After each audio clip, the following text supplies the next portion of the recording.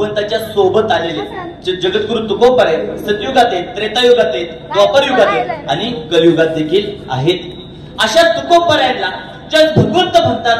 हो तुकोबर, जो जो भक्त माझी भक्ती करतो, साधना करतो, त्याला फक्त आणि फक्त माझ्याबद्दल आत्मसाक्षात्काराची इच्छा असते.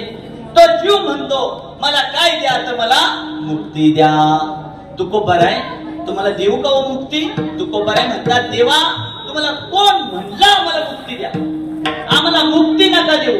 अहो तुकोबराय, गर्भवासाच्या यातना फार कठीण आहेत. अशा यातना सहन का करताय? तुकोबराय म्हणले, देवा जर या पृथ्वी तलावर जन्म घेतल्यानंतर, गर्भवासाच्या यातना सोसल्यानंतर जर तुझी भक्ती करण्याची संधी आम्हाला प्राप्त होणार असेल तर अनंत जन्म आम्ही घ्यायला तयार आहोत. ही भक्तीची पराकाष्ठा असते. नाहीतर अनेक विद्यार्थी असतात, आम्हाला फक्त काय करायचे? कॉलेज MA करायचे, BA करायचे, MA करायचे, BSc करायची, MCS करायचे, जे काही त्यांना फक्त डिग्र्या प्राप्त करायचे. पण एखादा विद्यार्थी असतो, नाही नाही, मला माझ्या शाळेचा दिवस, मला माझ्या कॉलेजचं जीवन इतकं मनमुराद जगायचंय की त्या कॉलेजच्या जीवनामध्ये त्या डिग्रीच्या पुढे जाण्याची ही वृत्ती असावी, ताकद असावी, सामर्थ्य असावं. ही कधी इच्छा मनामध्ये निर्माण होती? तू आम्हाला भेट, नाही तर नको भेटू, पण आमचं तुझ्यावर खूप प्रेम आहे, आमचा तुझ्यासाठी खूप जीव तुटतो, असं तुकोबराय भगवंताला म्हणतात. जोपर्यंत भगवंताबद्दलची खरी खरी ताकद, भगवंताबद्दलची खरी प्रीती हृदयामध्ये जागी होत नाही, तोपर्यंत तुम्हाला याची जराही इच्छा मनामध्ये निर्माण होणार नाहीये. पण तुकोबरायला त्याचं महत्व कळतं. तुकोबरायांना आता अनेक भक्त असे असतात, ते भक्त म्हणतात, देवा आम्हाला रात्रंदिवस ज्ञान जप करतो आणि तुझी मला मुक्ती दे. या संसारच्या रहाट गाड्यांमध्ये आम्हाला यायचं नाहीये. तुकोबराय इथपर्यंत म्हणतात, देवा तू मला ना संतांच्या घरचा कुत्रा कर, तरी पण मला काय दे? त्या पृथ्वी तलावर जन्म दे. म्हणजे कोणत्या भक्तीच्या अवस्थेत जाऊन तुकोबराय बोलतात. देवाच्या नावामध्ये असं त्यांना कोणता आनंद प्राप्त होतो? जो आनंद भगवान कृष्णाला गोकुळामध्ये साऱ्या बालगोपाळांमध्ये भेटला, तोच आनंद भगवंताच्या भक्तीमध्ये तुकोबरायला प्राप्त होतो. अशी भक्तीचे पराकाष्ठ आपल्या हृदयामध्ये निर्माण होण्याकरिता जन्मोजन्मीचं पुण्य एकत्र द्यावं लागतं. तेव्हा आपल्या मनामध्ये कुठेतरी वाटतं की त्या देवाचं आपण तोंडाने काय घ्यावं? नाव घ्यावं. नाव घेतल्यानंतर अजून थोडंफार पुण्य वाढलं, मग आपल्याला कुठेतरी वाटतं त्या देवाच्या दर्शनाला जावं. आणि दर्शनाला गेल्यानंतर मग आपल्याला कुठेतरी वाटतं, देवा आता तुला आम्ही पाहिले ना, आम्हाला तू काहीच देऊ नको. ही भावना ज्या वेळेस तुमच्या हृदयामध्ये निर्माण होईल त्यावेळेस समजायचं खरं अध्यात्म तुम्ही साधलं. हा झाला अभंगाचा सरळ सरळ भावार्थ.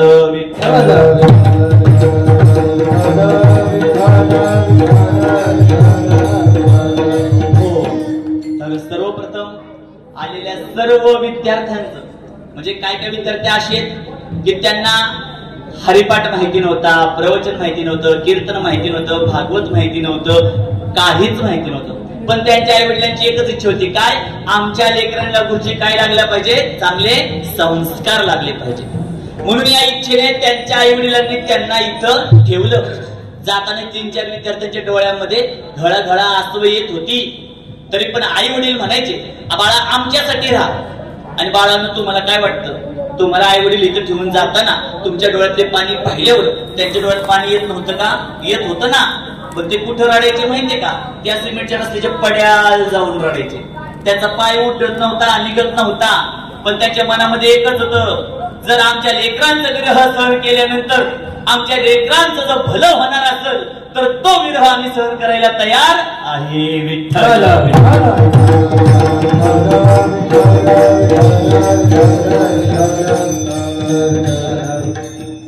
कुछ पाने के लिए कुछ खोना पडता है.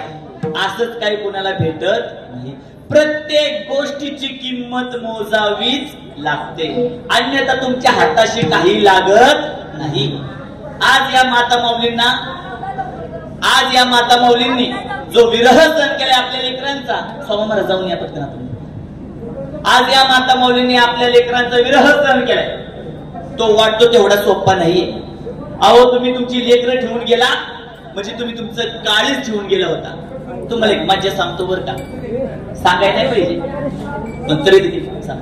मला थोडा मोकळा आवाज द्या, मला ले माईकच्या जवळून बोला, गेम द्या, काय ते असतं ते द्या, लांबून मला बोलू द्या, ले सारखं तोंड पुढे घ्यायला लागते.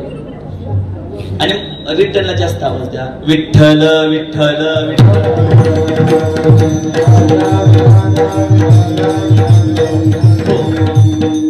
अधिकचा वेळ घेणार नाही, घरचाच कीर्तन करेल, त्यामुळे तुम्ही काळजी करू नका.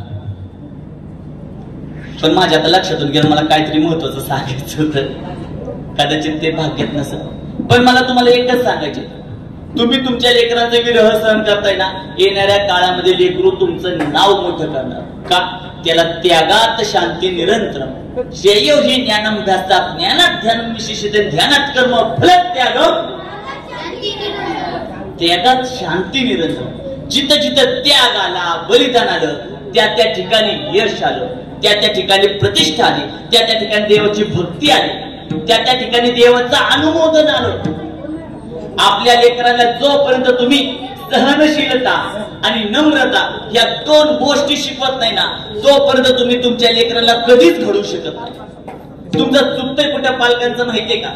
लेकरू म्हणतं, बाबा मला आज वडापाव खायचाय बरं का, मग तुम्ही त्याला वडापाव खायला घेऊन जाता, ते बघतं तोंड वाकडं करतं, बाळा तुला काय पाहिजे, पाणीपुरी, बाळा तुला काय पाहिजे, समोसा, बाळा तुला काय पाहिजे, गुलाबजाम. तुमचं चुकतं कुठं? तुम्ही तुमच्या लेकराला काय पाहिजे तुम्ही त्याला अगोदरच तयार करता की तू कंडिशन्स ठेव, तुझ्यासाठी सगळं काही आम्ही तुला देऊ करतो. तसं नाही, तुम्ही तुमच्या लेकराला बाळा तुला ही भेळच खायची, त्याला ती भेळ खाण्याची तडजोड करता आली पाहिजे. हा बालपणीचा संस्कार आहे. तुम्ही दुकानात तुझा तुला ही सायकल घ्यायची का, तुला ही सायकल घ्यायची का, तुम्ही त्याला पर्याय देत गेले, त्या लेकराला असं वाटतं माझ्या सगळ्या इच्छा पूर्ण होतील. पण तसं नाही, तुम्ही तुमच्या लेकराला तडजोड करायला शिकवली पाहिजे. आणि आजकालच्या या चिमुकल्या मुलांमध्ये ती गोष्ट नाहीये. ऍडजस्टमेंट ह्या मुलांच्यात नाहीये. मुलांचं थोडं खालीवर झालं की रडत बसतात. पण इथं त्यांना ते सगळं, त्यांनी दोनदा रडले, तिसऱ्यांदा ज्यावेळेस त्यांना थोडासा आमच्या तात्याचा फटका बसला, मुलगा म्हणला नाही मी जेवतो की तात्या, जेवायला बसलो, नाही तर जेवायला बसलो, माझ्या आवडीची भाजी नाही, आवडीची तात्या बस जेवायला बस, आवडीचे बस जेवायला फटका बसतो की तात्या, कुठे पत्र कुठे. हे काय? त्यांना ऑप्शन ठेवले नाही. तुम्ही तुमच्या लेकरांना पर्याय देऊ नका. तुम्ही तुमच्या लेकरांना माणुसकीने जगण्याची कला द्या. तुम्ही तुमच्या लेकरांना चांगले संस्कार देत असताना वडीलधाऱ्यांशी कसं बोलायचं, तुम्ही जर तुमच्या लेकरांना म्हणत असतात आपल्या चुलत्याला आरोग्य बोल, समजायचं येणाऱ्या काळामध्ये तो चुलत्याला आरोग्य बोलते ना, एखाद्या दिवशी तुमच्या नवऱ्याला पण आरोग्य बोलणार आहे. तो दिवस दूर नाहीये. तुम्हाला वाटत असेल की जगासोबत तू वाईट वाग आणि माझ्यासोबत चांगलं वाग, असं होणार आहे का? एखादा व्यक्ती म्हणला मला पोहायला शिकायचे पण पाण्यामध्ये न भिजता, अंगवलं नाही व्हायला पाहिजे, मी पोहायला शिकला, असं होईल का? नाही. मग तुम्ही अशा आशा का बाळगता? जगासोबत त्यांनी वाईट वागावं आणि आमच्या सोबत त्याने लॉयल राहावं, एकनिष्ठ राहावं, प्रामाणिकपणे राहावं. राहणार आहे का? नाही. त्या लेकराला काय वाटतं? आमचे ते विद्यार्थ्याचा पोराला माहिती, त्याच्या वडिलांनी त्याला जरा फटकावलं, तो शेजारच्याला काहीतरी जाऊन म्हणला, वडील येऊन म्हणलं महाराज ह्याला तुमची तर ठेवा, ह्याला घडवा. ह्यो आमच्या शेजारच्याला जाऊन काय म्हणला माहितीये का? माझ्या बापाने आज मला मारलंय ना, काका बघा का नाही, मी मोठा झाला ना बापाला वृद्धाश्रमातच नेऊन टाकणार आहे, थोडा मला मोठा होऊ द्या.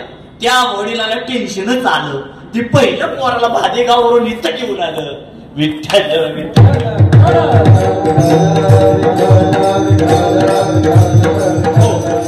संस्कार शिबिर म्हणजे इथं काय प्रत्येक क्षणाला आम्ही त्यांना संस्कार देतोय का? नाही.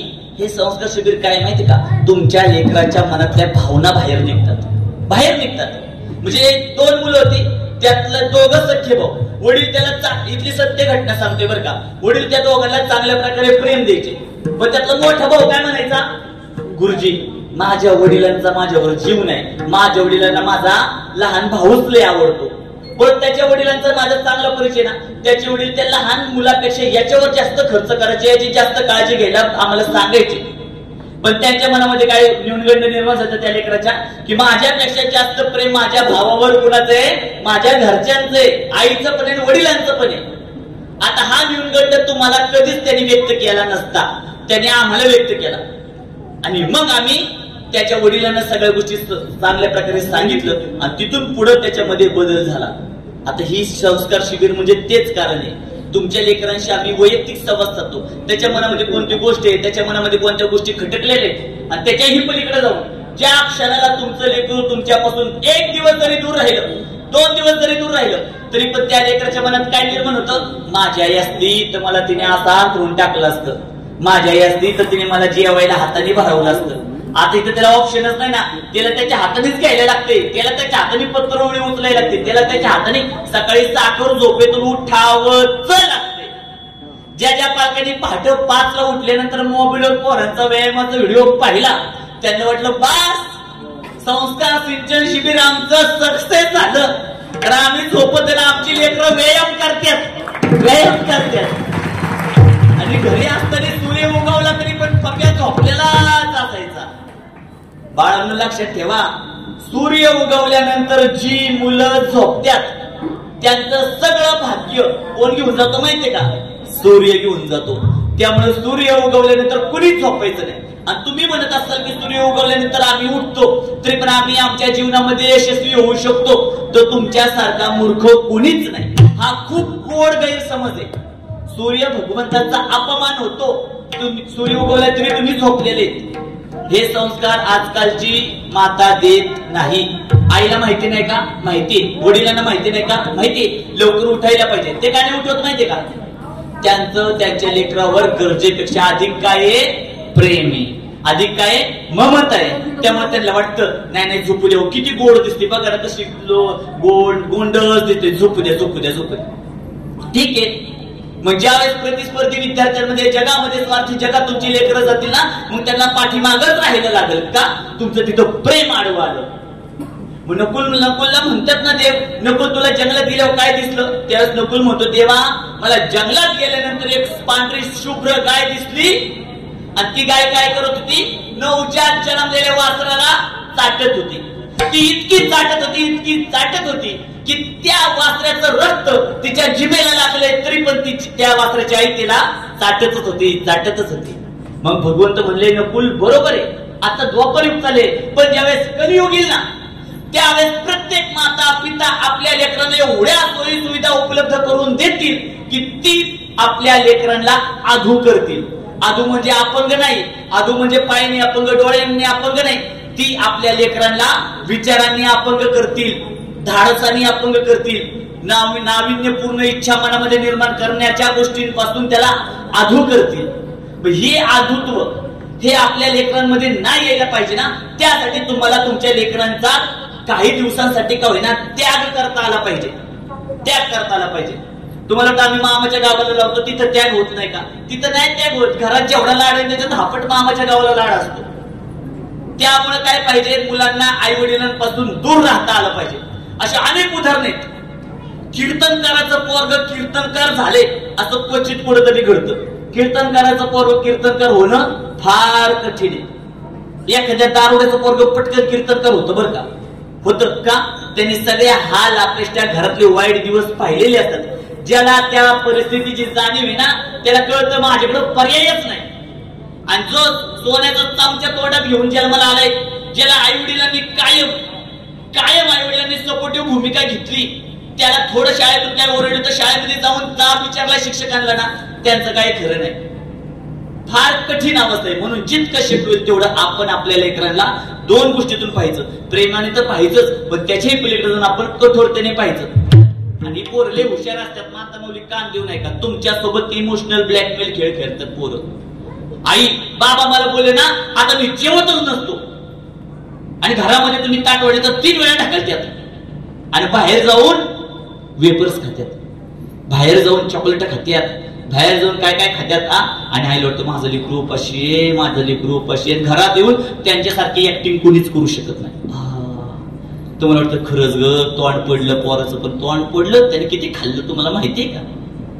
भगवान कृष्ण किती नाटकी, देवासारखं नाटकी कोण नाही बरं का? तुम्ही आम्ही तर काहीच नाही. म्हणजे भगवान कृष्ण बलराम ते दोघं ज्यावेळेस शेतात जायचे ना, कृष्ण शेतात गेला तर बलराम ज्यावेळेस सरपण गोळा करायचे, दोन वजी बांधायचे, आणि मग कृष्ण हळू दादा पाय दुखतोय. बलराम दादा काय करायचा? दोन्ही वजी डोक्यावर घ्यायचा आणि चालायचा चालायचा. जसं गोकुळ जवळ आलं, जसं आपलं घराचा वाटा कृष्णाला दिसला, दादा दे माझा पाय बरा झाला, दे दे दे दे, आणि डोक्यावर यायचा आणि बलराम दादाच्या पुढे पळत सुटायचा. आईला वाटायचं बाबा काय पोरगे, बारकासून सगळ्यात आधी घेऊन आलं वस. लहान मुलांचा नाद नाही करायचा. लहान मुलांच्या मध्ये चेतन आहे, नाविन्यता आहे, क्रिएटिव्ह माइंड आहे त्यांचं, क्रियाशीलतेने विविध गोष्टी त्या करू शकतात. पण त्यांची ती शक्ती सगळी कुठे लावता आली पाहिजे आपल्याला? चांगल्या ठिकाणी. तुम्हाला कसं वाटतं खरं सांगा, खरं सांगा तुम्हाला कसं वाटतं की तुमच्या समोर तुम्ही घरात त्या पोराला माहिती नाही पण त्या पोराने अतिशय गलिच्छ शिवी घरात कुणाला तरी दिली, कसं वाटतं? लय वाईट वाटतं का? काय काय बाबता आम्ही असे पाहिलेत मंगेश दादा, त्यांचं पोरग तांबाखू खाते, अख्ख्या गावाने बापाला सांगितलं, पण बाप कोणत्या मुश्किलीमध्ये जगते माहितीये का? माझं पोरग तंबाखू जरी खात असलं तरी पण माझं पोरग माझ्या पुढे तंबाखू खात नाही याचाच त्याला अभिमान. आता काय करायचं सांगा? नाही, पोरांना आत्ता धारेवर धरा. ज्या दिवशी तुमच्या पोरांची चप्पल तुमच्या पायात येईल ना आणि पोरग आगाऊ निघलं तर आपला सगळा कार्यक्रम फेल गेला, सगळं तुमचं जीवन वाया गेलं. कारण पोरग तुम्ही संपत्तीची कमवली, ज्या संपत्तीच्या जोरावर तुम्ही पोराला भविष्यासाठी तयार करताय, ती पोरग ती संपत्ती ठेवत नसतं ठेवत. उभ्या आयुष्यात माणसाचं अख्खं जीवन हयात निघून जाते. आणि माणूस किती कमवतो माहितीये? किती कमवतो? समजा एखाद्याला 50,000 पगार आहे, त्यांनी 40 वर्ष सर्व्हिस केली, 50,000 40 वर्ष त्यांनी सर्व्हिस केली ना, लेखीले 5 ते 6 कोटीच्या पलीकडे तो जात नाही जात त्याच्या पलीकडे. आणि आजकालच्या घडीला 5 कोटीची गाडी चालेल महाराज, 5 कोटीची गाडी चालेल. पोरग ती स्वप्न पाहते मला तसली गाडी घ्यायची. कशाच्या जीवावर माहितीये का मंगेश दादा? जंगली रमी, जंगली रमीच्या जीवावर त्याला ती गाडी घ्यायची, जंगली रमी. ड्रीम 11 वर तो पोरगा 11 रुपये लावतो, 21 रुपये लावतो, नंतर 100 रुपये लावतो, नंतर आईचे पैसे चोरून 500 रुपये लावतो, नंतर इकडून तिकडून चोऱ्या करून 1000 रुपये लावतो. पोराचं त्या सोडून एका शिक्षकानेच लावले होते. शिरूर मधले एक शिक्षक आहे, प्राध्यापक, कॉलेजला शिकवला. त्याने किती रुपये एका दिवसात उडवले जंगली रमीवर? 18 लाख रुपये उडवले. आता बायको पण शिक्षक आहे, बायकोला कसं तोंड दाखवायचं, सासऱ्याला कसं तोंड दाखवायचं, घरच्यांना कसं तोंड दाखवायचं, ज्यांच्याकडून उसने पैसे घेते त्यांना कसं तोंड दाखवायचं. रेल्वेच्या रोडावर जाऊन जीव दिला. म्हणजे मोबाईलमुळे लोक एकमेकाचा जीव घ्यायची तोपर्यंत ठीक होतं, पण आता मोबाईलच मुलांचा जीव घ्यायला लागला आहे. म्हणून ध्यानात ठेवा.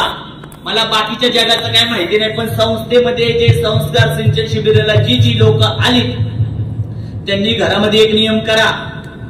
शक्य होईल आता लहान लेकरे तुमचं ऐकतील. संध्याकाळी 10 ते सकाळी 5 या दरम्यान आपल्या मुलांना मोबाईल देऊ नका.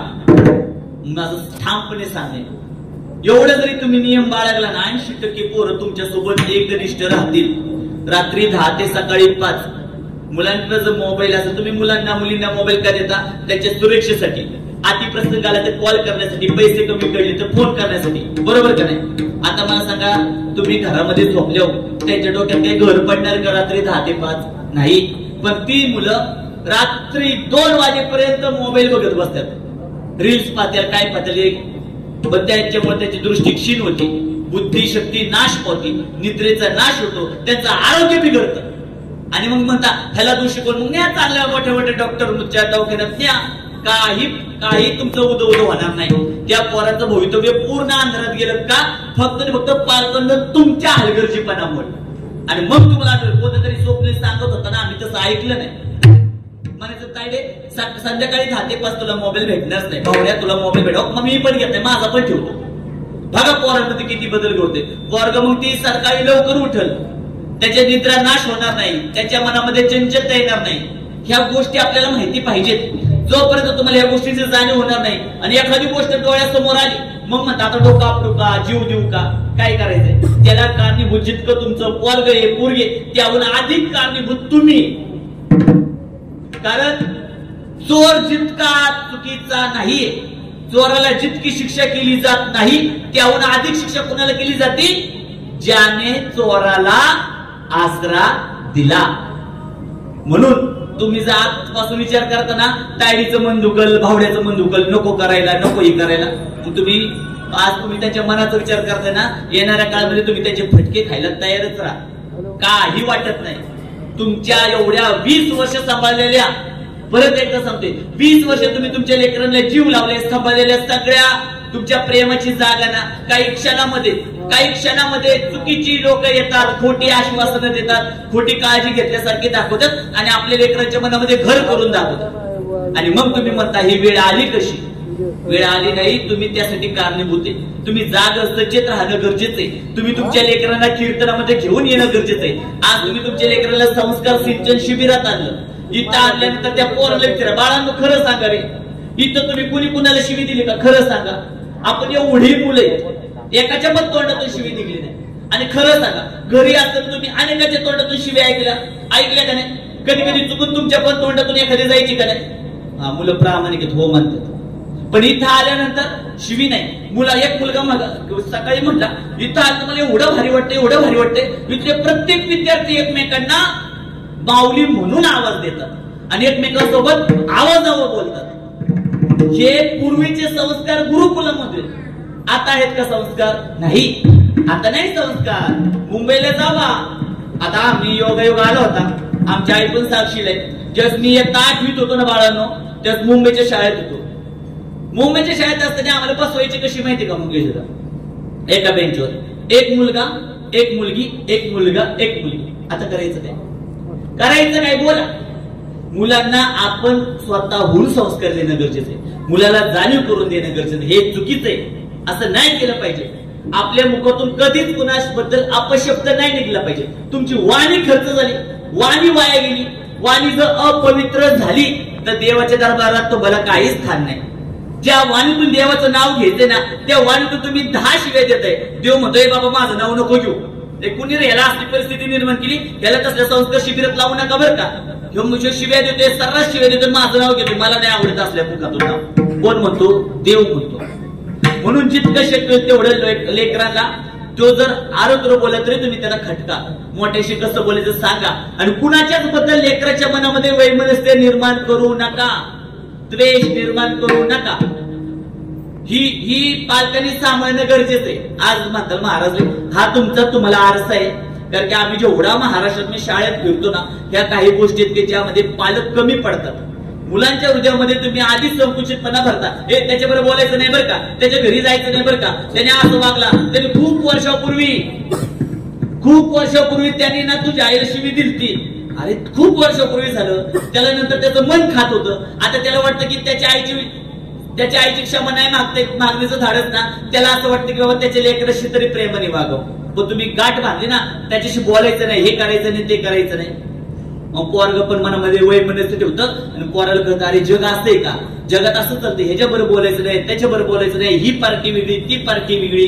आणि आपण कसं राहायचं? संकुचित. आणि आमची माऊली काय सांगतात? हे विश्वची माझे घर, किंबहुना चराचर. माऊली म्हणतात हे विश्व माझं असल्यासारखं जागा. देवाला तुमचा हरिक वाटेल, हर्ष वाटेल, कौतुक वाटेल. हे कुठे गेलं सगळं? म्हणून जितकं शक्य होईल तेवढं आपण आपल्या लेकराला व्यापकता भरा. छत्रपतींना जिजामातांनी जी व्यापकता भरली ना, ती भरायला कमी पडताय तुम्ही. तुम्हाला वाटतोय छत्रपतीने एवढं श्रीमंत आहे का आपण? ते तर सरदार होते, सोन्याचा चमचा तोंडात घेऊन आले जन्माला. एकाही शहरावर शिपाई धावत यायचे, 10 शिपाई यायचे पाणी घेऊन. तरी पण शिवरायाने त्यांच्या मातेने काय केलं? मृत्यूच्या यज्ञामध्ये अग्नी तांडव करण्याकरिता ढकलून दिलं जिजामातेने. काय होईल ते होऊ दे, पण कशासाठी जीव जाणार आहे तुझा? कशासाठी जाणार आहे? रयतेचं स्वराज्य उभं करताना, रंजलेल्या गांजलेल्यांचं रक्षण करताना तुझा जीव गेला ना, मी आनंदी मानेल. मला माझा असं पोरग जन्माला आलं की रयतेच्या रक्षणासाठी त्याचा जीवाचा अंत झालाय. आज पण तेच चाललंय का नाही? आज आपल्या भारतावर किती अमानुष हल्ला झाला. 28 लेकरांचा निर्दयी गोळ्यात झाडून त्या पाकड्यांनी तिथं खून केला. पण इथं पण एक गोष्ट ध्यानात ठेवायची, केंद्र सरकार पण याचीच वाट बघत असत की त्यांनी असं म्हणतो तरी आपल्यावर एखादं पाऊल उचलावं, की ते पाऊल उचलल्यानंतर अख्ख्या विश्वामध्ये त्यांची नाचक्की व्हावी. आणि मग एकदा का आम्ही उभं राहिलो मग त्याला शेवटपर्यंत सोडणार नाही. आणि झालं पण तसंच. तुम्हाला काय वाटतं? अभिमन्यू महाभारतात मरणार होता हे कृष्णाला माहिती नव्हतं का? नव्हतं का माहिती? श्रीकृष्णाला माहिती होतं अभिमन्यू युद्धामध्ये मरणार आहे.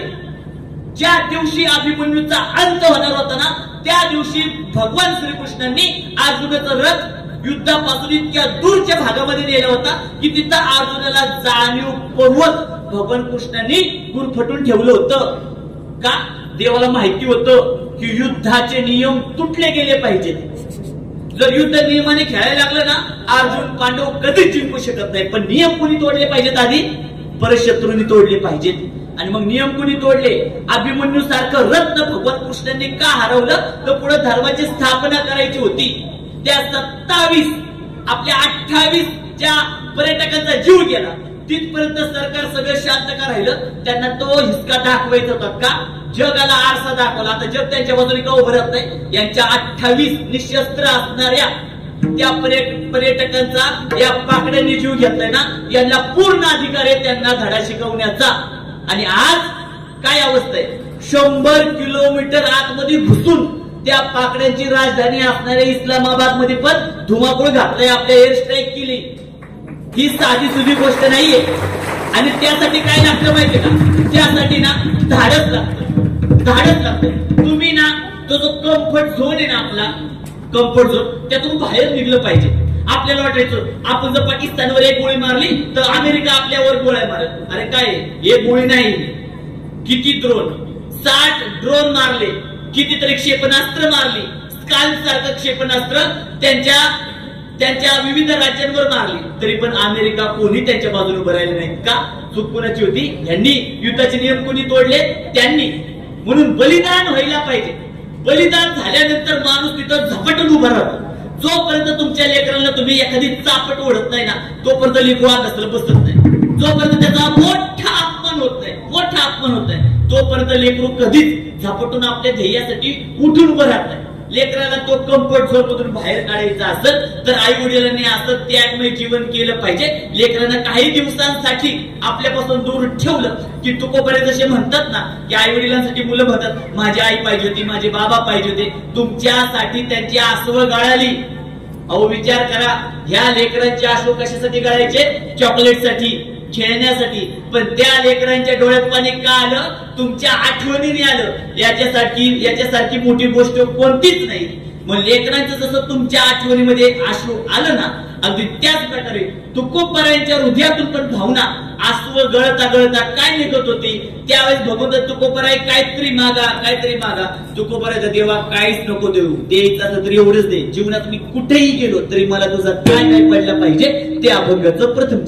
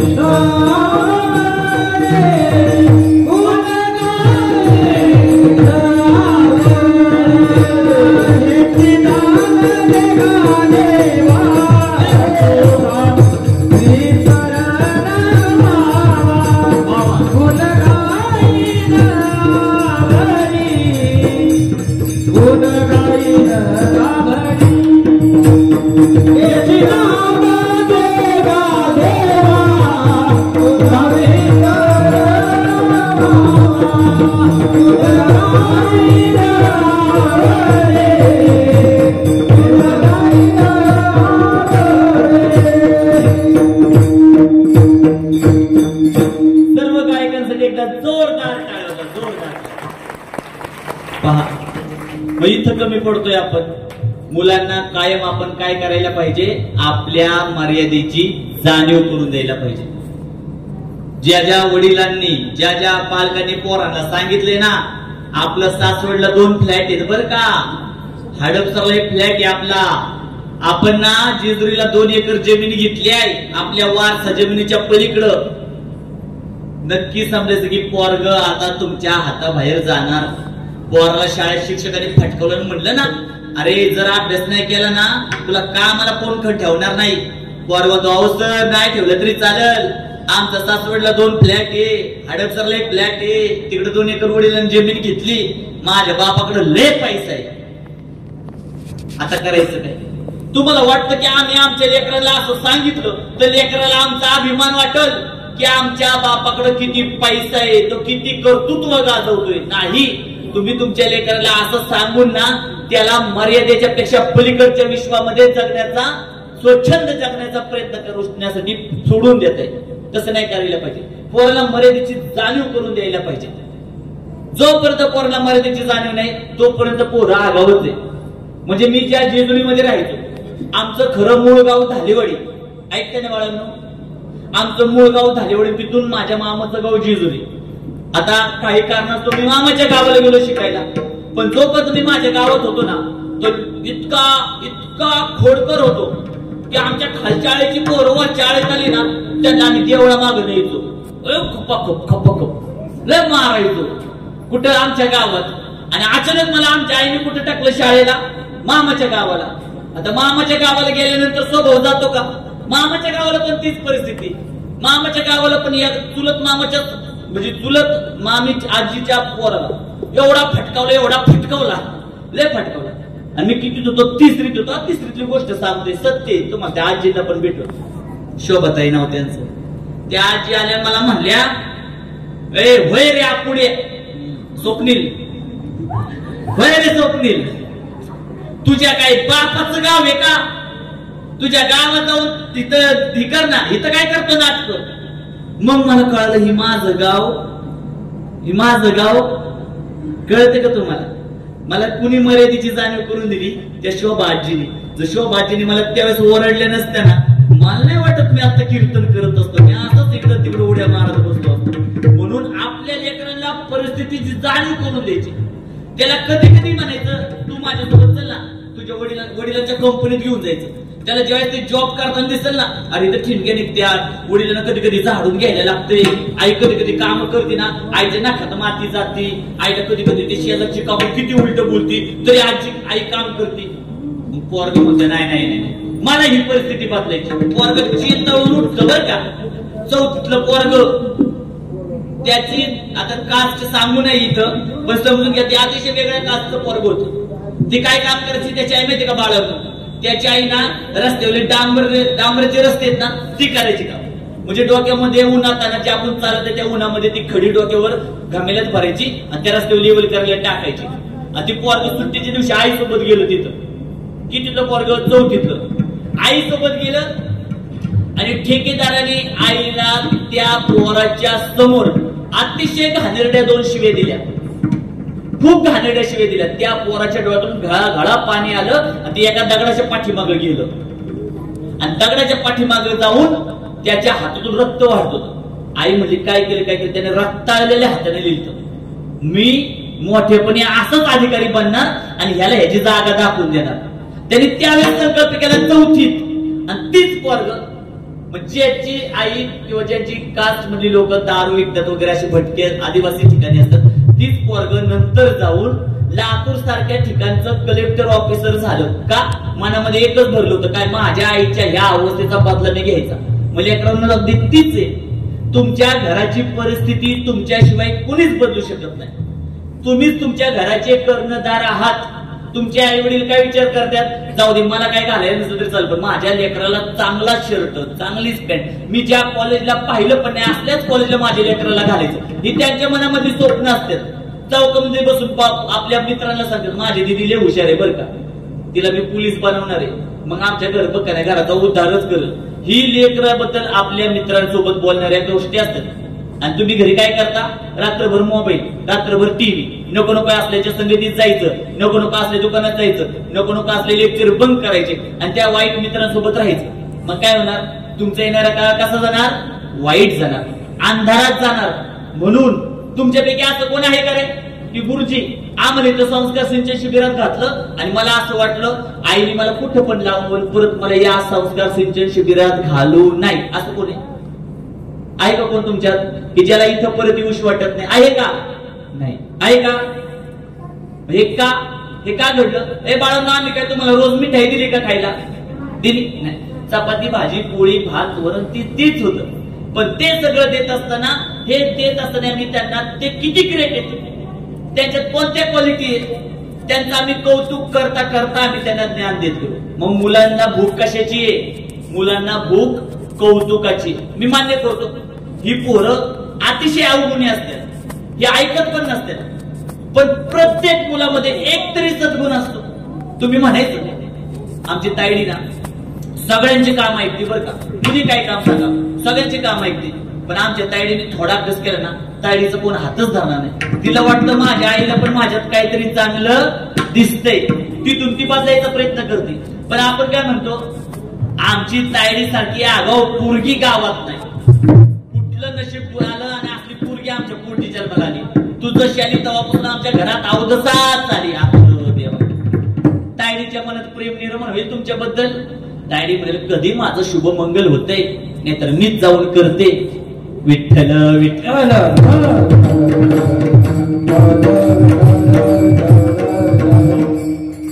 आणि मी मग आता आमच्या घरच्याने आम्हाला तेवढं दिलं की मोबा नाही, स्वतःचं अस्तित्व स्वतः निर्माण करायचं. मी तर जीवनाच्या अशा टप्प्यावर पाऊल ठेवला आंबोडीत म्हणजे अध्यात्माच्या क्षेत्रात. आंबोडीत तर 1 वर्ष नंतर आलो की ज्या टप्प्यावर मनुष्याने आयुष्याच्या त्या टप्प्यावर एकदम मॅच्युरिटी आलेली असते आणि एकदम डिफेन्सने जीवन जगायचं असतं. त्यावेळेस मी सगळं सोडले आणि फक्त शाळेतल्या मुलांना संस्काराचे धडे गिरवण्यासाठी जात होतो. बघा, तुम्ही लोकांवर जे उपकार केले ती लोक उपकार तर विसरतातच, या उलट तुमच्यावर प्रतिघात करतात. पण तुम्ही जर देवावर उपकार केले, तुम्ही जर मनापासून निरपेक्ष भावनेतून या समाजावर उपकार केले, समाजाने त्याची नोंद नाही घेतली तरी पण तो भगवंत त्याच्या दरबारात त्याची नोंद घेत असतो. मग इथे येताना आमच्याकडे काय होतं या आंबोडीतली सगळी लोक साक्षी होती. त्या येताना आम्ही पेन पण आणला नव्हता बरं का, लक्ष काहीच नव्हतं आणलं. मग हे सगळं वैभव कसं उभं राहिलं? वैभव आंबोडीकर मी कुणाच्या घरी जाऊन चोऱ्या केल्या का? नाही केल्या का चोऱ्या? का तुमच्या कुणाच्या घरी जाऊन म्हणलं चला आता 500 रुपये वर्गणी फाडा, चला? नाही, 1 रुपया आम्ही कुणाकडे दान मागायला गेलो नाही. दान म्हणजे दान दिलं असतं, पण वर्गणी मागायला गेलो नाही. या संस्थेमध्ये तुम्हाला कुठंच पावती पुस्तकही छापलेलं पाहायला भेटणार नाही. इथं कुठं दानपेटी पण पाहायला भेटणार नाही. का? तुका म्हणे धन आणि धनासाठी घेती प्राण. धन कसं आहे बाळांनो? आपल्या सावलीसारखे. तुम्ही जितकं त्या सावलीच्या पाठीमागे चालणार ते धन तेवढं पुढे पळणार आहे. आणि जितकं तुम्ही नीतिमत्तेने जीवन जगता जगता पुढे चालणार ना, ते धन तुमच्या पाठीमागच येत राहणार आहे. अन्न धन प्रतिष्ठा येतो प्रारब्ध अधीने. तुम्ही जन्माला येण्याच्या अगोदर तुमच्या सगळ्यांच्या, इव्हन माझ्याही, आपल्या सर्वांची जीवन जन्माला येण्याच्या अगोदर एक स्क्रिप्ट लिहिण्यात आली. म्हणजे आमचे संत तुलसीदास खूप छान प्रकारे म्हणतात, पहिले रचा प्रारब्ध पिछो रचा. पहिले तर काय रचले? प्रारब्ध. हे कुठे जन्माला येणार? याचं कोणासोबत लग्न होणार? हा जीवनात कोणता व्यवसाय करणार का नोकरी करणार? आणि हा कुठं मरणार? हे सगळं ठरलेले. त्यामुळे जीवन जगत असताना अट्टहास करायचं नाही. हे असंच व्हायला पाहिजे. रामप्रभूंनी कधी अट्टहास केला का? कधीच नाही. रामप्रभू एवढं रामायण घडलं, एकदा पण सीतेला म्हणले नाही तू जर लक्ष्मण रेषा ओलांडली नसती ना एवढा सगळा खेळ झालाच नसता. रामप्रभू कधी कोणाला तक्रारच करत नव्हते. लक्ष्मणाला पण म्हणत होते तू जर माझ्या पाठीमागं फिरत आला नसता ना तर सीतेला कोणीच घेऊन गेलं नसतं. का? रामप्रभूंना माहिती होतं हे सगळं ठरलेले. तुम्ही इथं आलात, तुम्ही इथं येण्यासाठी आम्ही काय पत्रिका लिहिल्या का? नाही. तुम्ही इथं का आला हे सगळं पूर्वनियोजित आहे. आपण म्हणतो ज्याचं तोंड नको बघायला तीच सारखं माझ्या समोर येते. तीच येणार आहे. ती काय येणार आहे? ती पूर्वीपासून तुमचं त्याचं लागे बंद आहे बघा की. आणि ज्याच्यासाठी तुमचा जीव तुटतो त्याला भेटावं, त्याची ओळख व्हावी, त्यांच्यासोबत आमचे दिवस जावे नाही होत, त्याच्यासोबत तुमचे लागे बंद नाही ते. मग तशा वेळेस काय करायला लागते? इथिक्स म्हणून एक शब्द आहे. म्हणजे काय? नीतिमत्ता. तुमची नैतिकता जर तुम्ही जोपासली तर देवाच्या दरबारात तुम्हाला तिथं बहुमान आहे, सन्मान आहे. आणि तुम्ही तुमची नीतिमत्ता सोडली, लोकांचं वाईटावर टपले, लोकांच्या प्रगतीमध्ये अडथळा निर्माण करण्याचा प्रयत्न केला, मग देव स्वतः त्याचा काटा काढतो. देव अशा लोकांच्या प्रगतीमध्ये स्वतः अडथळे घालतो. अडथळे आजपर्यंत लेकरांना काल पण म्हणलं एवढं सगळं उभारत असताना माझ्या चेहऱ्यावर कधीच तुम्हाला चिंता पाहायला भेटणार नाही, कधी टेन्शन पाहायला भेटणार नाही. का? मी म्हणतच नाही मी करतो. मला आजपर्यंत वाटत नाही की माझ्यामुळे हे चाललंय. नाही, मला माहितीये. मला काय माहितीये बाळांनो? देवाचं गुपित माहितीये. मी जर चांगलं करतोय ना तर देव काय करतो माहितीये का? त्याच्या चांगल्या भक्तांना ह्या चांगल्या धर्माच्या कार्यासाठी सहकार्य करण्याची प्रेरणा देत असतो. ज्या ज्या पालकांनी या संस्थेमध्ये संस्कार सिंचन शिबिराला आपली लेकरं घातली आणि या संस्कार सिंचन शिबिराची शोभा वाढवली त्यांनी नक्की समजायचं तुम्ही देवाच्या अतिशय जवळचे भक्त आहात. त्यामुळे देवाने तुम्हालाच लावलं इथं यायला. माझ्या गावातून एकही मुलगा इथं आला नाही. आता बोला, 180 मुले आहेत ना, एक पण पोरगा माझ्या गावातलं इथं संस्कार सिंचन शिबिराला आलंच नाही. मी जर अट्टहास केला असता 50 पोरं आणली असती, पण ती सुधारली असती का? नाही. का सुधारली नसती? तर स्वप्नीच्या मनात काय अट्टहास आला, मला माझ्या गावात माझं नाव मोठं करून दाखवायचंय बरं का. देव होते येडा आहे का रे तू? जरा येडा आहे का? मी तुला अख्ख्या जिल्ह्यात महाराष्ट्रात मोठं करायला बघतो, तू गावात का पार पडतोय? देवाने आपल्यासाठी काय ठरवले याचा आपण विचार करत नाही. देवाने लय मोठं काय काय ठरवलेलं असतं, पण आपण अडकून कुठं पडतो? आपलंच घर, आपलीच भावकी, आपलीच आळी, तिथंच आपण अडकून पडतो. तसं नाही करायचं. आपले विचार व्यापक ठेवायचे. आई वडिलांना आपल्यामुळे जर समाजामध्ये मान खाली घालायला लागले ना लेकरांनो, तर तुमच्यासारखा पापी मनुष्यच या जगात नाही. तुमच्या एका शब्दासाठी जर वडिलांना कुणाच्या समोर सॉरी म्हणावं लागत असेल, आईला म्हणावं लागत असेल की माफ करा आमच्या पोराकडून चूक झाली, तर तुमच्यासारखा पापी कोणीच नाही. त्याचं प्रायश्चित्त कुठंच नाही. का? ज्यांच्यामुळे तुमचं माझं अस्तित्व आहे त्या आई वडिलांना दुसऱ्याच्या पुढे नाक घासायला लागतं तुमच्यामुळे. नाही दिले एखाद्या सरीला पैसे तर काय पोटात दुखलं, नाही एखादा चांगला ड्रेस घेतला वडिलांनी परिस्थितीमुळे तर काय झालं? तुम्ही ऍडजस्टमेंट करा. मग देव म्हणतो अरे रे ह्याचं वडील यायला घ्यायला ना, आता मला ह्याच्यासाठी काहीतरी केलं पाहिजे. हे कधी? ज्या वेळेस देवाच्या दरबारात तुम्ही प्रामाणिकपणे वागतात. आणि देवाचा दरबार म्हणजे आपल्या आई वडिलांसोबत तसं वागलं पाहिजे. मग आई वडिलांबद्दलची प्रीती निर्माण आहे तुमच्या मनात, आई वडिलांबद्दल आतोनात प्रेम. या लेकरांचं कौतुक सांगतो. त्या दिवशी एक पोरग, मी आतमध्ये गेलो होतो पहाटच 3:30 पावणे 4च्या. ती पोरग उठलेलं आणि उठून बसलेलं. म्हणलं अरे बावड्या झोपकी. मग ते गुरुजी मला लय वाईट स्वप्न पडलं. मग माझी आई असते ना, मी माझ्या आईच्या कुशीत जाऊन झोपलो असतो, पण माझी आईच नाही. माता माऊली आता घरी गेलं ना ती लेकरू, आईने त्याला 2दा तिथं तोडावलं ना तरी ती लेकरू त्याच्यापासून दूर जाणार नाही. का? त्याला त्याच्या आईची काय कळली किंमत. ही किंमत त्याला त्याच्या आईची घरी कळली असते का? नाही. म्हणून लेकरांचा थोडासा दुरावा सहन करायला पाहिजे. मी तर म्हणतो जी पालक 7च दिवस पोरांना या शिबिरात घालतात ना, त्या पालकांसारखं चालू पालकच कोण नाही. चालू म्हणजे स्मार्ट, याचा वेगळा अर्थ घेऊ नका. त्या पालकांसारखा हुशार कोणीच नाही. का? ती पालक इतकी हुशार आहेत. ती पालक संसारातल्या सगळ्या सुखसोयी लेकरांना देतात. आणि संसारामध्ये असं पण एक जग आहे, त्या जगाची सगळी प्रत्यक्षामध्ये इथं त्यांना जीवन जगण्यासाठी सोडून पण देतात. ही साधी सोपी गोष्ट नाहीये. दगडाचं काळीच करावं लागतं आपले लेकरू दूर सोडण्यासाठी. मग मी त्या दिवशी 23 एप्रिलला म्हणलं पोरांना, 23 एप्रिलला काय म्हणलं पोराला, पोरं साक्षीला काय म्हणलं की त्या 23 एप्रिलला आमच्या संस्थेला 2 वर्ष झाली, सगळी मुलं घरी गेली निघून, सगळी घरी गेली. मी पोरांना म्हटलं आमच्या की 2 वर्ष झालं मी पोरांचा चांगल्या प्रकारे यशस्वी प्रकारे सांभाळ केला, कोणती अनुचित घटना घडली नाही.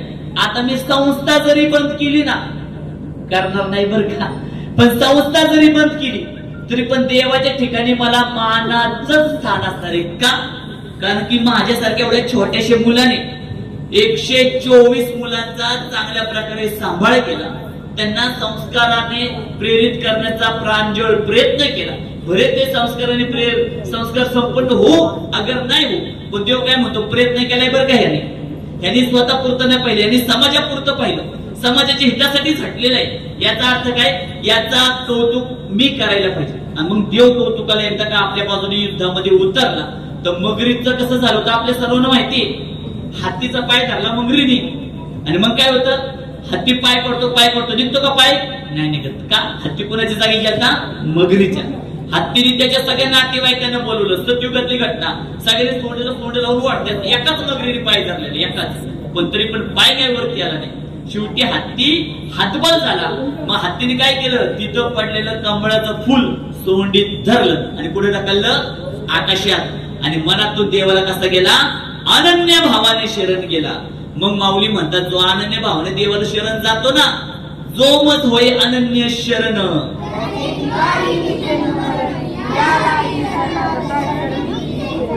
असला श्लोक असले ओवे आपल्या लेकराच्या तोंडात आले, आई वडिलांना किती कौतुक वाटत असेल सांगा बरं. या लेकरांसाठी एकदा जोरदार टाळ्या होतं, जोरदार. पोरांनो, तुम्हाला काय वाटतं, ही पोरं अनाथ आहेत का, हे आई वडील नाही का?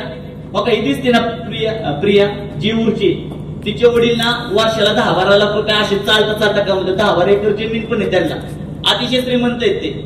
इथं संस्थेतल्या शिबिरामध्ये पंगत पण दिली त्यांनी चांगल्या प्रकारे, तरी पण त्यांच्या लेकीला त्यांनी संस्थेमध्ये ठेवलं, कारण त्यांना संस्कारांची खरी ओळख आहे, जाणीव आहे. यातलं एक पण पोरगा आणत नाही, एकही आणत नाही.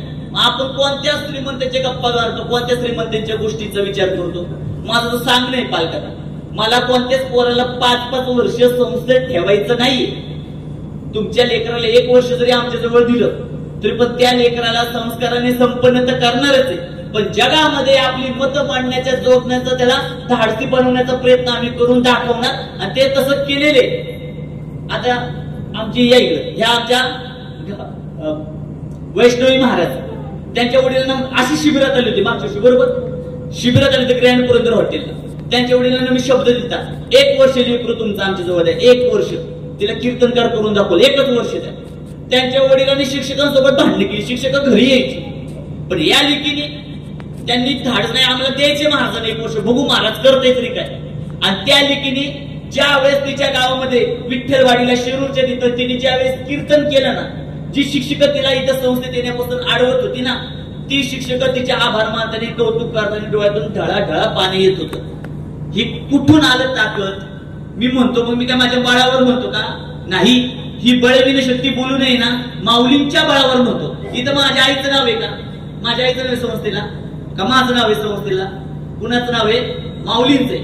जोपर्यंत मी संस्था स्थापन केली होती, आळंदीला त्याचं पाय पडायचं काहीच वाटत नव्हतं, पण आता मी आळंदीला कधी गेलो ना, तेव्हापासून तर समाधी डोकं पण ठेवता नाही आलं. पण बाहेरून जरी त्या गाभाऱ्यामध्ये साष्टांग दंडवत टाकलं ना, तर मला असं वाटतं की माऊली मला जाणीव जात, आपलं नाव आहे बरं का स्वप्नील, तिथं जपायचंय आपल्याला. माऊली अशा नाही म्हणत तू ही कर, नाही, आपलं नाव आहे, आपण जपू म्हणतात. साक्षात माऊलींचं इथं वावर आहे. ह्या लेकरांनी अनुभवले. ही लेकरं 8-8 तास एका ठिकाणी बसून जप करणारी लेकरं आहेत संस्थेतली मुलं. त्यांनी डोळ्यांनी सीसीटीव्ही मध्ये अशा काही अनाकलनीय गोष्टी पाहिल्यात की तुम्ही आम्ही कल्पना पण करू शकत नाही. ह्या पोरांनी ज्या वेळेस त्या सीसीटीव्ही मध्ये सगळ्या गोष्टी पाहिल्या, मग त्यांना कळलं, अरे असं पण असतं का? बरं, त्या गोष्टी मी दाखवल्या कारण ह्यांनीच मला येऊन दाखवल्या. गुरुची बघा असं चाललंय. हे जे गुज आहे ना, गुपित आहे भगवंताच्या भक्तीचं, ते देव कुणापुढे उघड करतो माहितीये का? जो मनातून निरागस आहे, जो मनामध्ये कुणाबद्दल स्वार्थ बाळगत नाही, देव आपलं गुपित फक्त संतांपुढे उघडतो. आणि देव आपलं गुपित फक्त या निरागस लेकरांपुढे उघडतो. आणि त्या लेकरांमुळे मला थोडस ते पाहायला भेटलं. आम्ही त्याची ऍडव्हर्टाईज करू शकलो असतो.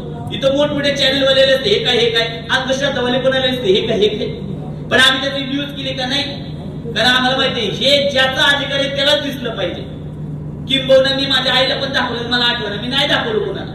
का होता ते आपण दाखवलं का नाही? आम्ही व्हिडिओ पण शेअर केला नाही. रात्री 1 ते किती 1:34 ते 1:58 दरम्यान घडलेल्या या गोष्टी त्या सगळ्या सीसीटीव्ही मध्ये. आणि ज्या वेळेस तुम्ही या भावनेतून जीवन जगता मग आपल्याला वाटतं आपण नुसतं उभं जरी राहिलो तिथं तर आपल्या मुखातून कुणाचं गुण गायलं जाते ते आपण द्वितीयचे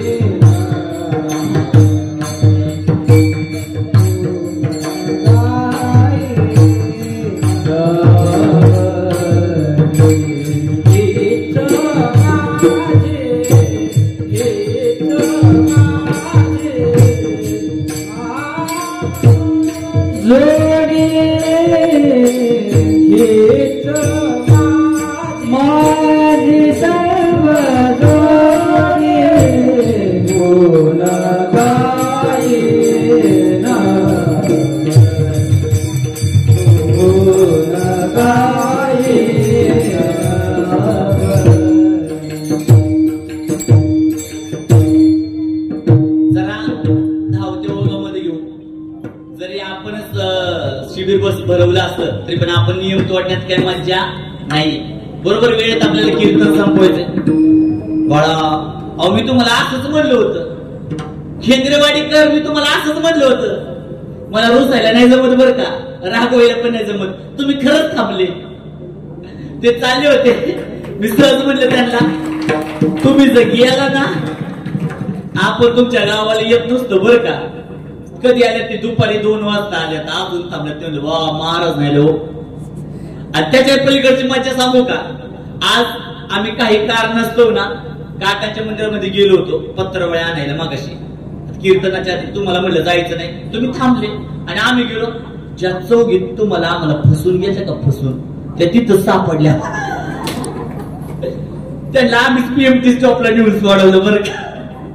चौघी गाडीत बसल्या का रे आपण पुढं बोलतात काही बोलले नाही. मग उतरता महाराज आमच्या थोड्या अडचणीत ते ओळावले तर तू चौघी काय बोलायचं काय बोलायचं.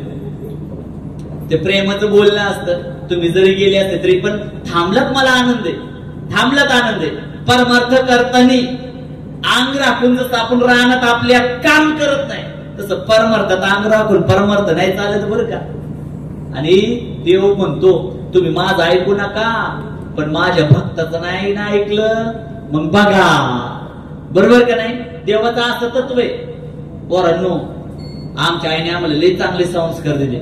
आमच्या आई मला म्हणली होतं बरं का, कुणाला सांगणार नाही ना तुम्ही, सांगणार नाही ना.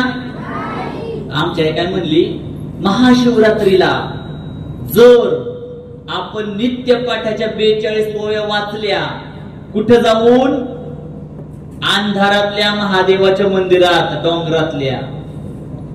आता आमच्या डोंगरातला नाही तो डोंगरात पण होता जमिनीत पण होता. तर तुम्ही जी मनात इच्छा बाळगताल ती पूर्ण होईल. मी कितीत होतो 9वीत होतो. मग आमच्या आई पण इथे मला काय घ्यायची होती माहिती का, सायकल घ्यायची होती. सायकल मनात काही इच्छा मला सायकल घ्यायची. मग कोण पूर्ण करेल? आमचे वडील तर आमच्या सोबत नव्हते राहत. मग कोण पूर्ण करेल? मामा तर माझ्यापेक्षा माझ्या एवढंच मामाला काय मागायचं. मग कोण पूर्ण करेल? महादेव पूर्ण करेल. गेलो छोटीशी शिवलीला अमृतची पुस्तक घेऊन असता रात्रीचा. आईला कोणाला सांगितलं नाही. म्हटलं मी आज बाहेर झोपणार बैलगाडी. आणि तसाच गेलो रात्रीचा अंधारात चाचपडत कुठे गेलो?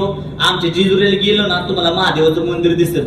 गोलतळे तळ्याच्या तिथं एका थराच्या खाली जमिनीच्या आतमध्ये 3 मजली खोल महादेवाची मोठी पिंडे, अलीकडं पाण्याचं मोठं कुंड आहे, त्याच्या पलीकडं पिंडे. आणि मग तिथं गेलो मी रात्रीच्या 12 वाजता. हळूहळू गेलो. बरं तिथं आर्किटेक्चर इतकं खास बनवलेलं त्यांनी. महाशिवरात्रीच्या पौर्णिमेला बरोबर चंद्राचा अख्खा प्रकाश पिंडीवर पडतो. बरं त्या अंधाराच्या त्यात कसं तरी चाचपडत गेलो. भाऊ म्हणलं देवा तुला ज्याची जास्त आवड त्याची मला लय भीती. म्हणलं कुणाची पण भेट होते पण ह्याची. ह्याची नको मला भेट घेऊ म्हणलं. पण का सायकल घ्यायची, हळूहळू चालत 3 मजली जमिनीत उतरलो. पाण्याची तिथून गेलो. जसा मी महादेवाच्या पिंडी समोर बसलो तिथं मोठा बोल लावला होता. देव लहान पोरांची पण परीक्षा मी बघतो बरं का. जसा मी महादेवाच्या पिंडी समोर बसलो, शिवलीला अमृत उघडलं, नित्य पाठीचे 42 ओवे म्हणायला सुरुवात केली, ओम नमो शिव. तेवढ्यात तिथली लाईटच गेली, सगळा अंधार बुडूक झाला. आता माझं काय झालं सर सांगा, काळजाचं पाणी झालं. पाणी 9वीतलं पोरगे म्हणलं स्वप्नील पहिला पळून जा, पण मी म्हणलं नाही, इथून जर पळून गेलो तर देव खोटा आहे, जर इथं थांबलो तर देव माझं रक्षण करत. आणि चंद्राच्या त्या मंद प्रकाशामध्ये मी हळूहळू त्या नित्यपाठाच्या 42 ओव्या वाचल्या. तर माझं अंतःकरण काय सांगतं माहिती का, जर मी तिथं त्या महादेवाच्या पिंडी समोर लाईट गेल्यानंतर आजची जर तिथली जागा मी सोडली असती ना, मला नाही वाटत आज मी तो वाचतो. का तुका म्हणे घालू तयावरी. मग आपण तेवढ्या अनन्य भावने देवावर प्रेम केलं पाहिजे, विश्वास ठेवला पाहिजे. आणि लेकरांना तुम्ही तुमच्या आई वडिलांवर ठेवता. तुम्हाला मोठं संकट आलं आपण आई ग बाबांची आठवण येते ना. आमचं श्री कुणाची आठवण काढतो माहिती का, अण्णा. कुणाची आठवण करतो, अण्णा. श्रीला काय झालं की त्याला पहिला अण्णा, आईने आठवत बाबाने आठवत, अण्णा अण्णा अण्णा. अण्णा कोण आहे म्हणलं आजोबा आहे. हे काय त्याच्या अण्णांनी त्याला दिलेलं ते प्रेम आहे. पण प्रेम किती द्यावं याला मर्यादा आहे. त्यांच्या अण्णांसोबत मी बोलत नाही कधी कधी, त्याला विचारा.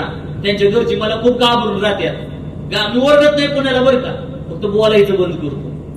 मग महाराज तुम्ही बोलायचं फक्त बंद करतो, बरोबर श्री. ह्याच्याबरोबर पण बोलत नाही मित्राला, ह्याच्याबरोबर पण 2-2 दिवस बोलत नाही. मग का, त्याच्या भल्यासाठी. आम्हाला मुलांकडून काही नको. मग असलं व्यक्तिमत्व सापडणं तुम्हाला कठीण आहे, फार कठीण आहे. आणि मी तो प्रत्येकाने रामप्रभूंच्या वडिलांनी दशरथ राजाने स्वतःच्या पोरांना, पोटच्या 2 मुला 4 पोरांना, भरत राम शत्रुघ्न लक्ष्मण यांना आपल्यापासून गुरुकुलामध्ये जवळपास कितीतरी वर्ष ठेवलेलं, अनवणीत ठेवलं होतं, वस्त्र अलंकार काढून ठेवलं होतं. हे कशाचं द्योतक आहे का, तर लेकरांना तो अंतर देणं गरजेचं आहे. त्यातून लेकरं घडली जातात, त्यांची व्यक्तिमत्व घडली जातात. हे जुना परंपरापासून आपल्याला आले, पण आपण त्याच्याकडे कानडोळा करत आलो. आणि आता पुन्हा तेच यायला लागले. आज एखादं कार्य कोणतं महान असतं माहितीये का, तुम्ही एखादं चांगलं कार्य केलं, ते कार्य केल्यानंतर इतरांना तसंच करावं असं वाटलं ना, समजायचं की तुमचं कार्य खूप मोठे. म्हणजे या पुरंदर तालुक्यामध्ये जोपर्यंत आपली वारकरी शिक्षण संस्था नव्हती तोपर्यंत तालुक्यात संस्थाच नव्हती. आणि आज आपलीच वारकरी शिक्षण संस्था झाली. आपलं कार्य पाहिलं तर तालुक्यामध्ये 6 वारकरी शिक्षण संस्था उभ्या राहिल्या एका वर्षात. त्यांचं म्हणणं काय माहितीये का, त्या स्वप्नीला जमते मग आम्हाला का नाही जमणार, बरोबर का नाही. अहो माझं म्हणणं 6 नाही 60 होऊ देतात. त्या 60 का, जितके मृदुंग वाजणार, जितके टाळ वाजणार, जितके हरिपाठ गायला जाणार, तेवढी देवाची भक्ती होणार आहे ना. पण ज्यांनी संस्था उभारल्या ना, त्यांनी हा पण विचार करायला पाहिजे की स्वप्नीलचं फक्त तिथं पैसा नाही लागला, पैसा तर मी लावलाच नाही, तिथं त्यांनी काय दिले, त्याचं समर्पण दिले. आमचा हाकेच्या गाव आहे आमचं अंतरावर 18-20 किलोमीटर, धालेवाडी म्हणजे जेजुरी 17 किलोमीटर. 2 वर्ष झालं आमच्या आईपण साक्षीला एकही दिवस घरी नाही, कधीच नाही. ही लेकरं सगळी घरी गेली ना तरी एकट्या संस्थेमध्ये राहतो. का, हे डेडिकेशन आहे, हे समर्पण आहे. आणि देवाचं ते गुपित मला माहिती आहे. त्याला जेवढं तुम्ही समर्पित भावाने कोणती पण गोष्ट करणार ना, देवाला ती तडीच न्यायला लागते. आणि जेवढं मी स्वार्थपणामध्ये ठेवून हे सगळं केलं असतं ना, हे कुठं संपलं असतं, कोणत्या पण खाईमध्ये पडून गेलं असतं, कोणता स्वप्नाला माहिती नसतं झाला.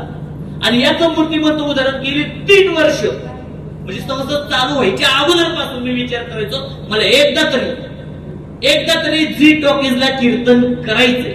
मी कुणाला म्हणलं नाही बरं का, मी देवाला म्हणलेलं आपल्याला करायचे बरं का, मला माहिती नाही.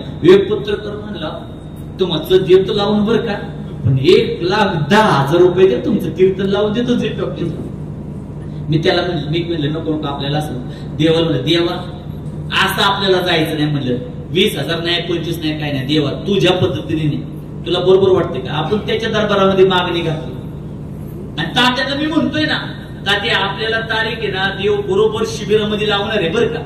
आम्हाला माहिती नव्हतं, आधी फोन बिन काय झालं नव्हता. आणि रात्री रोज मी पोरांना 3 दिवस पहिले घेतलं का तुम्हाला रात्रीचं जीवली की झोपायचा म्हणलं, जीवली की झोपायचा. आणि त्या दिवशी माझ्या मनात काय झालं, या मुलांना आपल्याला आज चांगलं ज्ञान सांगायचे, गप्पा मारू म्हणलं. सगळ्यांना बसवलं, मी माझ्या ह्यांच्या गलीने घेऊन त्यांना चांगलं वाईट सगळ्या गोष्टी सांगत होतो, कशी फसवतात काय काय काय काय. आणि तेवढ्यात फोन आला, जी टॉकीज मधून बोलते तू म्हणलं थांबा आमची लेकर ऐकलं म्हणून मी लाऊड स्पीकर केला. त्यांना नव्हतं माहिती, पोरांना म्हणलं बघा जी टॉकीज मधून फोन आलाय. आणि ज्यावेळेस आम्ही फोनवर बोलल्यावर ते म्हणले की महाराज उद्या शूट लागते, तुम्हाला येणं शक्य आहे का? पोरांना म्हणलं पोरं तुम्ही थांबता का? मी गेल्यावर चला म्हणले चालते गुरुजी, आम्ही अजिबात दांगा मस्ती काय करणार नाही. तात्या पण म्हणले मी अजिबात नांगरायला जाणार नाही. लेवल तात्यांनी सोडून दिली करायची. म्हणले माझा मित्र होते ना मोठा, होते. आणि मग आम्ही गेलो जी टॉकीजला गेल्यानंतर तिथं पण वेगवेगळ्या पद्धती आहेत. अहो हे कीर्तन करत असताना माझ्या अगोदर यांचं कीर्तन झालं तब्बल 8 तास. आमचे श्रीनाथ जगताप महाराज आहेत, 8 तास त्यांचं कीर्तन मध्ये हे थांबा, हे रिपीट घ्या, ते थांबा, असं घ्या तसं घ्या.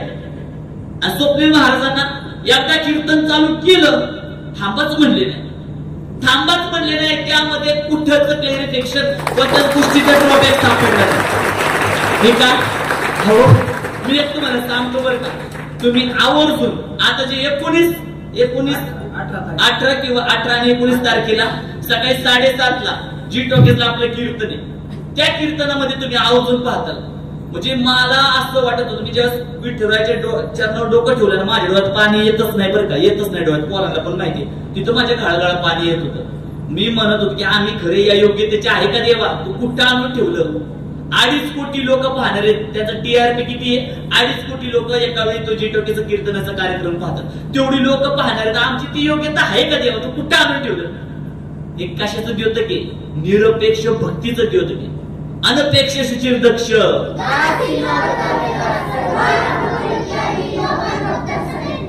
यांच्यासाठी टाळ्या वाजवा.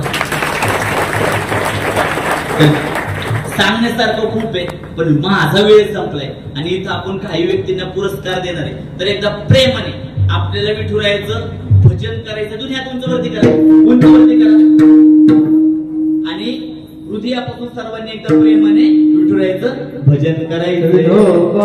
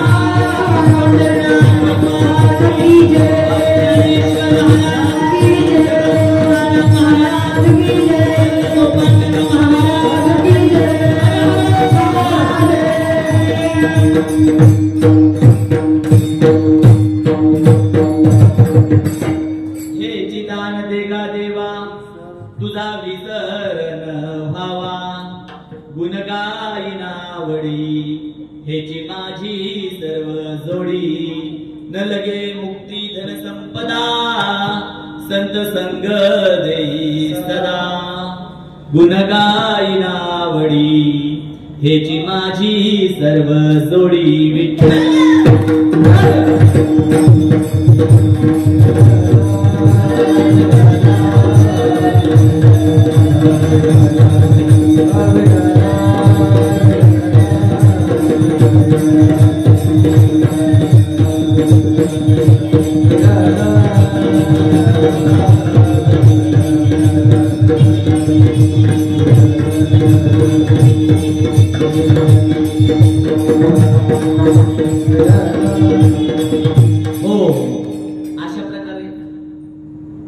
तीन चरणांचा भावार्थ अगदी साध्या सोप्या भाषेत समजेल तसा मी तुम्हाला सांगण्याचा एक प्रयत्न केला. शेवटचे चरण तुकोबर आपल्याला हेच सांगतात. तुका म्हणे गर्भवासी सुखे घालावे आम्हासी. तुकोबर आहे देवाला म्हणतात, देवा मला जर तुझी भक्ती करण्याची संधी प्राप्त होणार असेल ना तर तू मला काय कर, तर घर यातना किती पण असू दे, किती पण त्रास झाला या संसारात मला तरी चालत, तुझी भक्ती करण्याची जर संधी मला प्राप्त होती ना तर मला गर्भात मध्ये घाल, ते दुःख भोगायला लागलं तरी चालेल. असंच आपलं पण जीवन. देवा मला जर माझं चांगल्या संस्काराने प्रेरित असणार, संस्कार संपन्न असणार लेकरू जर तू मला घडवून देणार असशील ना तर माझ्या लेकराचा मी कितीही दुरावा सहन करायला कधीही तयार आहे.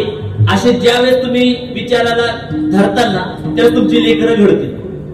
म्हणजे बघा, ज्या वेळेस देवकी मातेला कळलं की माझ्या कृष्णाचा अंत कंस करणार आहे, कधी 8वं पुत्र आल्यानंतर, मग देवकी माता जन्मल्या पोराला कोण सोडतं, पण ती काय म्हणती स्वतःच्या म्हणजे यशोदा आपल्या देवकी माता काय म्हणते वासुदेवांना की तुम्ही पटकन घेऊन जा, का तिथं कंस दिलेला माझ्या मुलाचा अंत कर. आई ही असते लेकराचं भलं होण्यासाठी, लेकराचा दुरावा पण सहन करायला आई मागं पुढं पाहत नाही. अशा विचाराने तुम्ही संपन्न व्हा. तुम्ही कधी दुरावा सहन करता सांगू का? ज्या वेळेस पोरं मोठी होत्यात, अगदी मुलं आता 15वी 17वीला गेली, मग म्हणतात आता पोराला आपण आमच्या घरापासून दूर सोडतो. अहो त्यावेळेस सोडण्यापेक्षा लहान असताना एवढ्या असताना सोडलं ना तर ती लेकरं खरी घडतात. त्यावेळेस घडत नाही, त्यावेळेस बिघडते, त्यावेळेस बऱ्यापैकी बिघडतात. कारण की तुम्ही आम्ही कोणत्या घरात जन्मल्याचं आपल्या हातात आहे का? वैर करून आपल्या हातात आहे. तुम्ही आम्ही कोणाची मुलं व्हायचं आपल्या हातात आहे का? तुम्ही आम्ही कोणत्या देशात जन्मल्याचं आपल्या हातात आहे का? पण सोमा महाराज तुम्ही आम्ही कुणाचा संघ करायचा आपल्या हातात आहे ना? संघ जया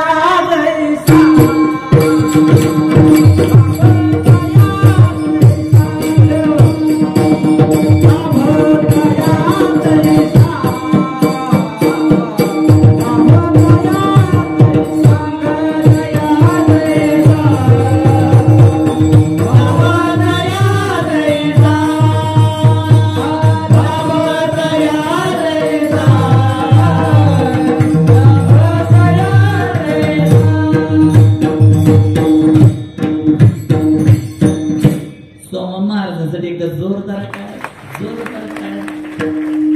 मला कोणत्या पण पालकांनी छाती ठोकून सांगायचं की महाराज आम्ही आमच्या लेकरांना चांगल्या प्रकारचं ऍटमॉस्फिअर आमच्या घरी उभं करून देऊ शकतो.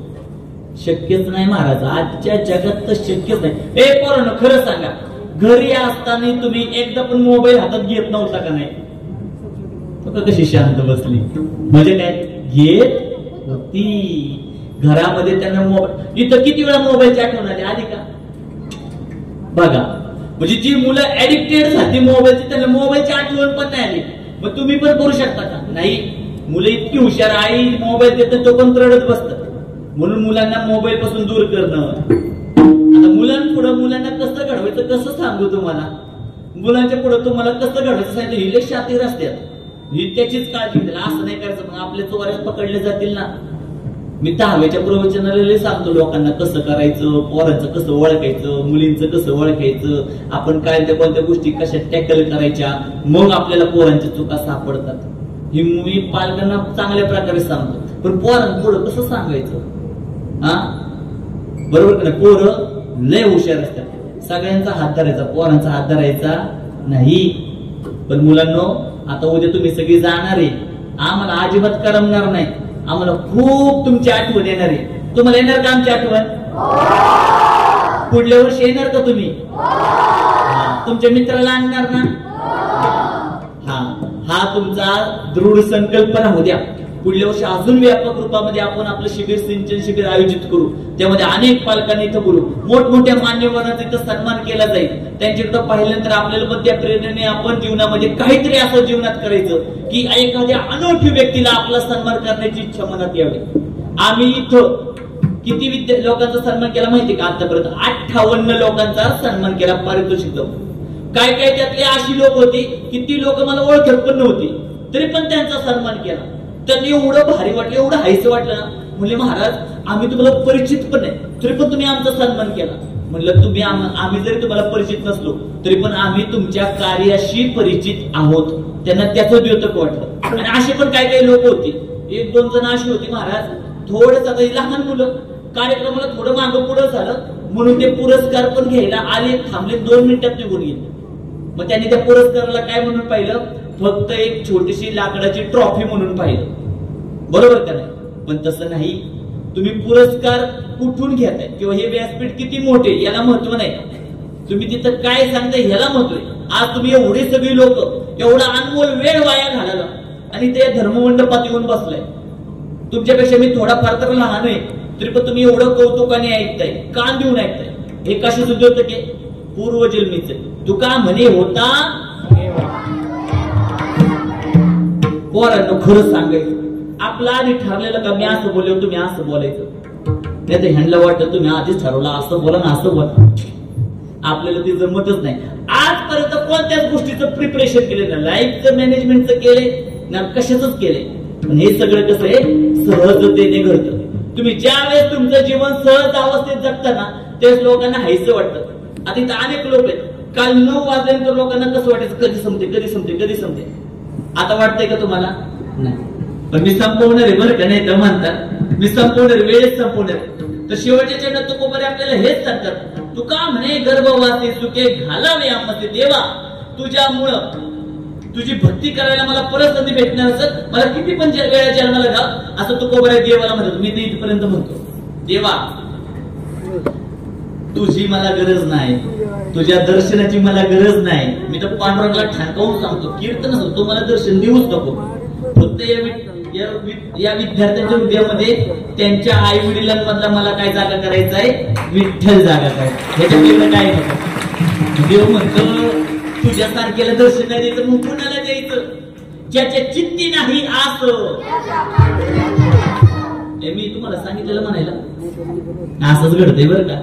तर ठीक आहे, तुम्ही खूप वेळ दिला आणि सांगण्यासारखं खूप आहे, बोलत बसलो तर वेळेवर वेळ जाईल निघून. पण तरी देखील तुमच्या सर्वांच्या विश्वासाला मी कितपत सार्थक ठरलोय हे तुम्ही घरी गेल्यानंतर कळत. तुमच्या मुलांच्या वागण्या बोलण्यामध्ये अनेक पट्टीने तुम्हाला बदल जाणवला जाईल. आणि ज्या वेळेस तुमच्या हृदय निघेल ना, माझं पोरग घातलं पण थोडं शांत झालंय बरं का, थोडं आता आदराने बोलते बरं का, मोबाईल कमी वापरते बरं का, आणि माझ्या कामामध्ये पोरगी मदत करते बरं का, एवढं मनातल्या मनात जरी तुम्ही म्हणला ना तरी तो आशीर्वाद मला प्राप्त होतो. तरी पण ते तुमचे शुभ आशीर्वाद ना भगवंताच्या कृपेने माझ्या भाग्यामध्ये उजळायला सुरुवात करतात, भाग्याच्या वाटा. तर ह्या माता पित्यांचं कौतुक आहे की तुम्ही तुमच्या लेकरांचा 7 दिवस दुरावा सहन केला आणि या संस्कार सिंचन शिबिरात घातलं. येणारा काळ तुम्हाला सांगून जाईल की तुमची लेकरं यशाची किती क्षितिज गाठणार आहे आणि ती क्षितिज गाठण्यासाठी आमच्या विठुरायाचा आशीर्वाद कायम तुमच्या लेकरांच्या शिरावर राहणार ही मी तुम्हाला ग्वाही देतो. आणि आता कीर्तन सेवेला इथंच पुनरावृत्ती देतो. ज्ञानेश्वर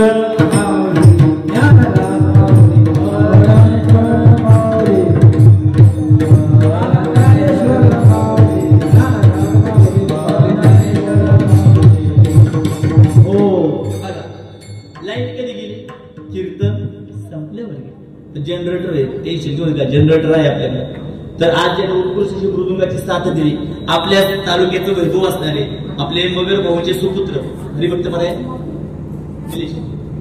धीरज दादा, त्याच्यासाठी एकदा जोरदार टाळ्या, जोरदार टाळ्या.